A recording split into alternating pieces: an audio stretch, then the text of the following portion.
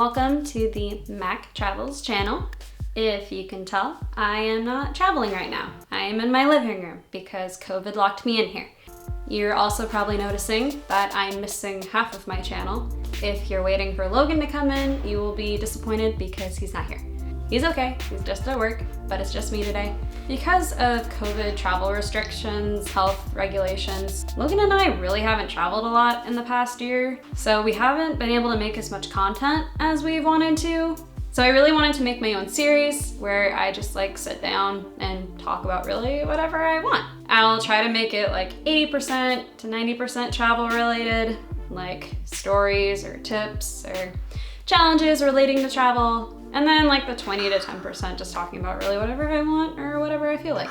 Logan and I finally want to have an upload schedule. We're gonna try to upload on Sundays. Every Sunday we will have a video, whether it's me sitting down here or him doing a tutorial or a travel vlog or a cinematic sequence. We're gonna try to upload every Sunday. So for the first video today, I wanted to talk about my experiences being a volunteer at an elephant sanctuary in Cambodia, as well as give some advice to people who are interested in volunteering, if that's something that you want to do, kind of telling you the pros and cons. Because I think social media kind of paints it in a rose-colored lens, making it seem one way when personally, based on what I went through, I think it's more of a different way. Because a lot of young people, if they want to travel but also kind of give back to the world, volunteering abroad is a really popular option out there. So I wanted to start out by talking about my experiences and then kind of going through what I would advise people to think about if they want to volunteer abroad or if they're thinking about going to an animal related field, just based on how my trip went. I want to start this out by saying that I would not trade that trip for anything. It really was super fun.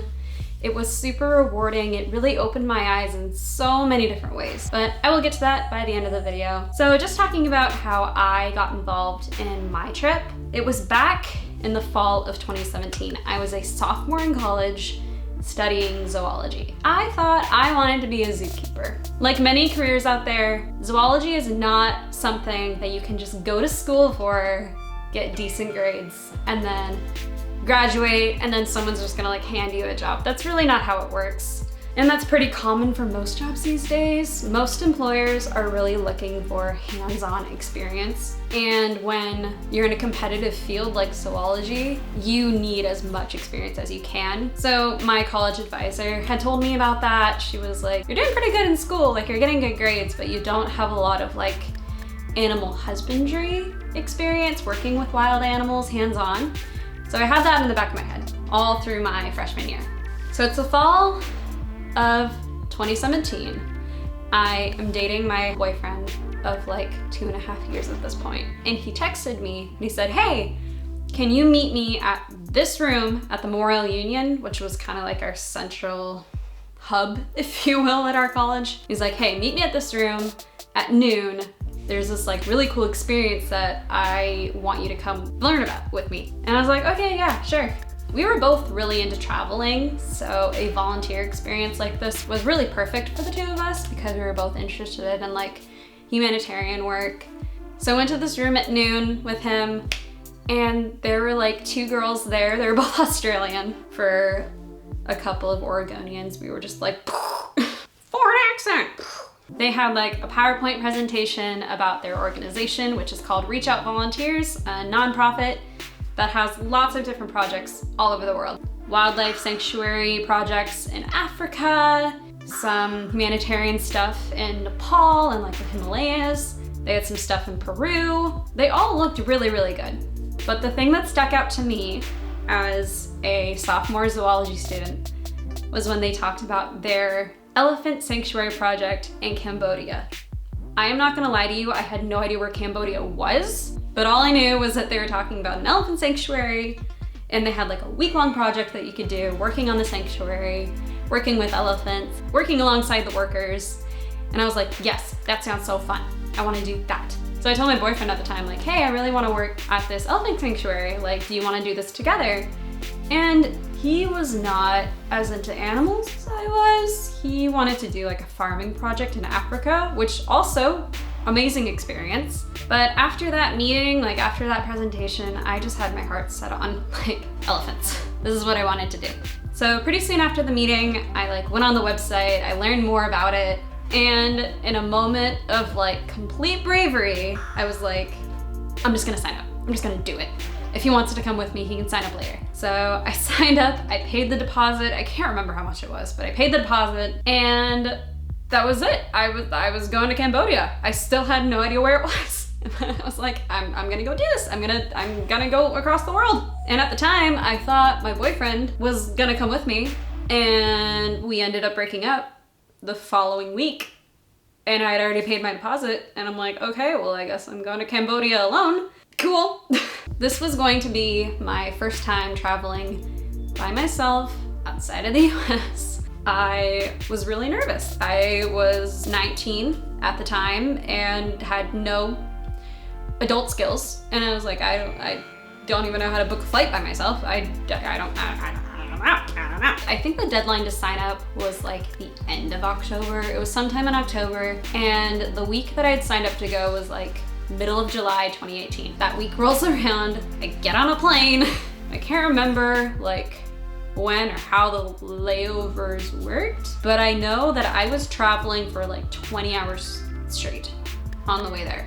I had like a layover in San Francisco, and then I had a layover in Shanghai, and then Siem Reap, Cambodia, which by the way is next to Thailand in Southeast Asia.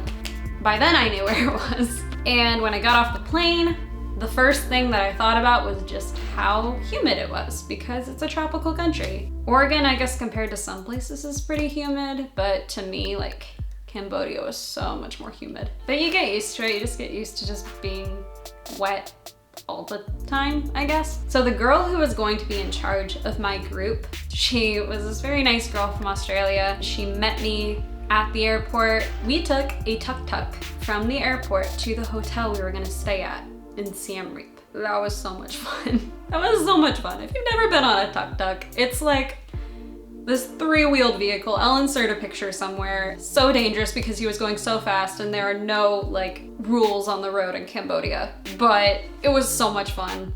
So I stayed the night in a hotel. I got there on a Saturday, and then that Sunday morning I woke up, and by then the entire group was there, and I think in total there were 25 of us. Yeah. We rode on a bus from the hotel in Siem Reap 2 hours to the elephant sanctuary in the middle of the jungle. I'll insert some pictures of like what the sanctuary looked like. It's the Cambodia Wildlife Sanctuary. I believe they were all rescued from the Cambodia lumber industry. The lumber industry was notorious for using elephants for forced labor. So these elephants have endured years and years and years of abuse. So I'm so happy that they're finally at this enclosure where they can just roam the jungle all day. So they're protected, and all the bananas and sugar cane that they want. So at the sanctuary while I was there, they have 3 female elephants. They have Depot, who's the biggest female. And then they have these 2 smaller females named Arun Ria. They have Sarai Mia. So some examples of the jobs that we did throughout the week. Working with the elephants in particular, we helped prepare their diets, which would involve like chopping up sugar cane for them to eat, as well as giving them bananas. I know it seems silly, but that was my favorite part. Just like being so close to such a giant, beautiful creature who has been through so much abuse, but just seeing them like trust you enough to like reach out and grab some food from your hand after their horrible history with humans. Just so wonderful. So if you guys have heard the story of Kavan, he is known as like the world's loneliest elephant because he was this elephant at a zoo in Pakistan. If you're not aware, elephants are pack animals. They really thrive in families, and this poor elephant was just by himself in Pakistan, just like swaying back and forth because he was so stressed. But Cher, the pop singer, she helped raise this like campaign and all this money, and Kavan was able to travel from Pakistan to the Cambodia Wildlife Sanctuary, where he is living currently, and he's so much happier. I'm telling you that because the sanctuary where he is now, that is where I volunteered 3 years ago. One of the projects that I worked on while I was there was digging holes that were going to be like posts to like build the fence for Kavan's enclosure. Like, it's really nice to know that my tiny, tiny contribution helped this elephant live a much happier life in Cambodia, where he's taken such good care of. Because when I was there, those elephants are so spoiled. They're so happy. We would help clean their enclosures, which would just be like picking up their poop with a shovel. It's really not that bad. Honestly, most of their poop, it just kind of looks like a pile of hay. And it personally, to me, I worked with a lot of animal poop. Elephant poop is not that bad. Would go on jungle walks with them. The thing is, you can't follow them because when you're behind them, it freaks them out because they can't see you. So they'll like turn around and potentially attack because they don't know who you are. They don't know what you're doing. We had to walk in front of them so that they could see us and know like, oh, okay, it's just the humans and they're just like walking in front of me, rather than like being behind them and just thinking like, oh, maybe it's a predator. So those are some of the activities that we did with the elephants. But on this particular sanctuary, they also had like a monkey enclosure with all these like little baby monkeys in there. So cute. They have a dog rescue on the sanctuary grounds. And I am a huge dog lover. You can probably see one of my dogs on the couch behind me. That's Bella. In Cambodia, there are just stray dogs everywhere. So it's so wonderful to see all these dogs just like living really happy lives on the sanctuary. I'll leave a link in the description below of like the organization website, as well as their Facebook pages and like ways that you can help out the sanctuary if you're interested. So some of the other jobs that we had on the sanctuary was like walking the dogs, feeding the dogs, building toys for the monkeys, like making a monkey bridge. We helped plant trees, which honestly was one of my favorite parts. The logging industry has really decimated a lot of Cambodia's jungles. They just had fields and fields of like grass, and it was really nice to be able to like hands-on replanting all these trees to help regrow forest. It made my hippie heart really happy.